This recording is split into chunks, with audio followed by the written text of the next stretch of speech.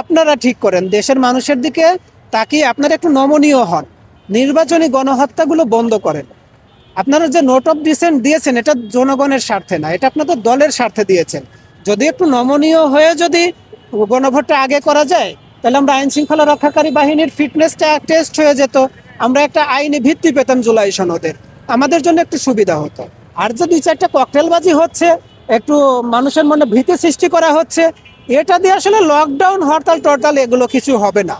এগুলো দিয়ে কি হবে, আমাদেরকে আবার আপনারা ওই ধানমন্ডি 32-এর মতো টুঙ্গিপাড়ার দিকে নিয়ে যাবেন। আমরা যাইতে পারি, এখনো পারি। আমরা তো 75-এর মতো শেখ মুজিবুরকে যেভাবে হত্যা করা হয়েছিল, শেখ হাসিনাকে হত্যা করে ফেলি নাই। শেখ হাসিনা নিজে ইচ্ছায় পালায় চলে গেছে। আমরা পারি, আপনাদেরকে তাড়াই দিতে পারি। আমরা টুঙ্গিপাড়া এখনো যাইতে পারি, টুঙ্গিপাড়ার মাজার এখনো ভাঙতে পারি। দয়া করে মাথায় উঠে পড়বেন না। মাথায় উঠে পড়লে কি হবে, ইচ্ছে করে আপনাদেরকে একটা আছাড় দিতে হবে। যখন আছাড়টা দিব তখন আপনারা সহ্য করতে পারবেন না। শেখ হাসিনা বাংলাদেশে আসবে না, শেখ হাসিনাও আর হাসবে না। কারণ শেখ হাসিনার প্যারালাইসিস হয়ে গেছে 1.5 মাস আগে। উনি নিজে হাসলেই তো বিচ্ছিরি দেখা যায়। তো বাংলাদেশ হাসবে কি করে, আমাকে একটু বুঝাই বলেন তো। আওয়ামী লীগের যারা আছেন, যারা মানুষকে উস্কানি দিয়ে দেশের মানুষকে হত্যা করার জন্য, দেশের ভিতর অপ্রীতিকর ঘটনা ঘটানোর জন্য চেষ্টা করতেছেন, একটু সাবধান হয়ে যান। 15 তারিখের পর থেকে রাজনীতিবিদরা চাচ্ছে যে আপনারা একটা ভোট দেন, যেহেতু একটা ভোটের হিসাব আছে। আপনারা ভোট দিয়ে যখনই বেরোবেন আপনাদের পিঠের চামড়া আমরা তুলে নিব। আচ্ছা ভাই, লাস্ট কথা সেটা হচ্ছে যে আমাদের দেখেন, আপনাদেরকে একটু বুঝতে হবে, ভালোভাবে বুঝতে হবে যে যখন জুলাই বিপ্লবটা হয় তখন কিন্তু সংবিধানটা রহিত হয়ে গেছে, সংবিধানের কোনো কার্যক্রম কিন্তু আর চলমান নাই। এখন কি করতে হবে, জনগণের ম্যান্ডেটটা নিয়ে জানতে হবে যে আগামী নির্বাচন হবে কিনা, জুলাই সনদটা হবে কিনা, এটা জনগণের ম্যান্ডেটের উপর নির্ভর করবে। যদি দেখেন, জামাত ইসলামের যে আমির উনি সরাসরি বলেই দিয়েছেন, যদি আপনারা গণভোট না চান, আপনাদের জন্য 26 সালের জাতীয় নির্বাচনও নাই।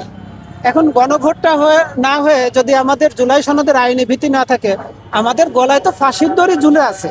কারণ এটাও আমাদেরকে শেষ পর্যন্ত কি করবে, যে বিপ্লবীদেরকে ফাঁসিতে ঝুলাবে। যেমন শেখ হাসিনা ক্ষমতায় থাকতে তার বাবার খুনিদেরকে বিদেশ থেকে এনে ফাঁসিতে ঝুলাইছিল।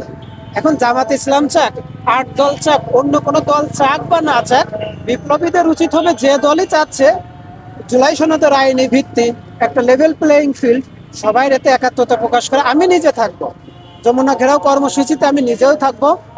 কারণ সরকার যদি ভালোভাবে না বুঝে, যেমন আমার কোনোভাবেই পছন্দ না স্বরাষ্ট্র উপদেষ্টাকে, না উনি চেয়ারটা ছাড়তেছে, না উনি একটু কোমর সোজা করে দাঁড়াচ্ছে, না আইন শৃঙ্খলা রক্ষাকারী বাহিনীকে চালাইতে পারতেছে। উনি এত বড় বেশরম যে উনি বাথরুমেও যাবে না, বদনাটাও ছাড়বে না। ওনার উচিত হবে সামনে নির্বাচনকে কেন্দ্র করে যেন গণহত্যা না হয়, মানুষের উপর যেন কোনো রকম কোনো আঘাত না আসে, সেটা চিন্তা করা। উনি চেয়ার ধরে বসে আছে, উনি কি বুঝেন স্বরাষ্ট্র মন্ত্রণালয়ের, আমাকে একটু বুঝাই বলেন তো। মানুষকে কেন মারতে হবে? আজকে বাসের ভিতর দেখলেন যে একজন মানুষ পুরাই মারা হয়েছে, উনি রাজনীতি বুঝেন? ওনাকে মেরে দেওয়া হয়েছে, অথচ স্বরাষ্ট্র উপদেষ্টা এটার জবাব দেওয়ার কোনো প্রয়োজনই মনে করতেছে না। উনি হয়তো চেয়ারটা ছেড়ে দিক, না হলে উনি কোমর সোজা করে একটু শক্ত করে দাঁড়াক, যেন সাধারণ মানুষের ক্ষতি না হয়। জুলাই সনদ তো দিতেই হবে, নির্বাচনের আগেই দিতে হবে, এবং যে কোনোভাবে দিতে হবে। ভাষাটা যদি সহজভাবে নিতে পারেন তো নিলেন, নাহলে এর থেকে শক্ত ভাষা আছে। বাঁশের লাঠি যদি একটু নরম মনে হয়, এর থেকে শক্ত লাঠি আছে।